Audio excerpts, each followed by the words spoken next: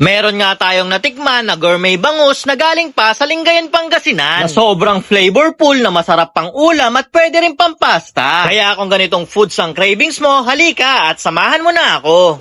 Yun guys, meron na naman nga tayo ditong food review, hindi nga tayo makalabas ng bahay. Ito nga yung bangus gourmet ng Mandudulong Fisherman. Bale, galing to sa Lingayen, Pangasinan.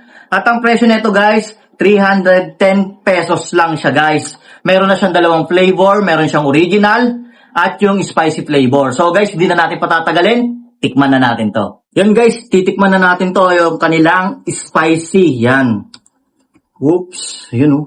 Hindi ka na talaga lugi dito guys. Ang lalaki ng tipak ng mga laman sa loob, no? Natin, no? Laki ng ng bangus. Hapin lang natin, laki oh. Uy. Mukhang masarap to guys kasi yung buto niya, no? Pwede mo nang food tripin to.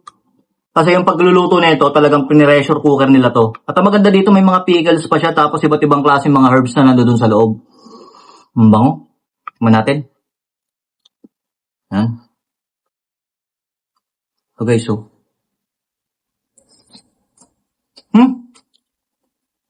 Ngayon ko lang natikman to guys to. Hindi ako masyado nakain ng bangus. Unang-una kasi matinik. Pero dito, napaka-solid.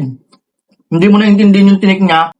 Ando doon yung spicy, yung anghang, tapos yung lasa nung ng mantika niya yung nandito sa loob, no? Mano na talaga, malinamnam. Naghalo-halo na yung flavor ng mga nilagay nilang condiments. Pop. Ngayon guys, titikman naman natin yung kanilang ordinary flavor ng kanilang Mandudulong na gourmet bangus. Yan. Bango. Bango talaga. Kasi ito guys, so tingnan nyo, meron siyang carrots. Ayan, makita nyo sa laman sa loob. Carrots, meron din siyang bay leaves. Tapos, yan, meron din yung iba't ibang klaseng mga paminta. Meron din siyang pepper. Ayan guys, so tingnan nyo, laki. Yan. Kung mahilig ka magluto ng pasta, alam nyo guys, isa to sa masarap, no? Kasi unang-una, doon talaga yung taba. Ito, katulad nito, ayan ito yung belly ng bangus. Ayan nandiyan talaga yung laman. Ayan. Tapos may carrots. Sarap ng bangus belly. Malambot na talaga, flavorful talaga. Sarap. Mahal po guys. Kahit ito lang yung bawal mo sa may trabaho, no?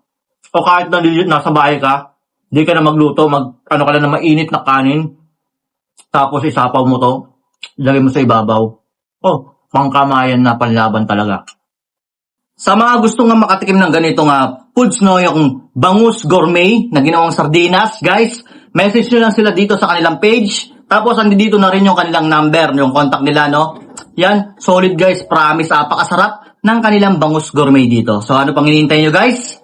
Bumili na kayo at tikman nyo kung gaano kasarap to. Ops guys, naghahanap ba kayo ng healthy kape?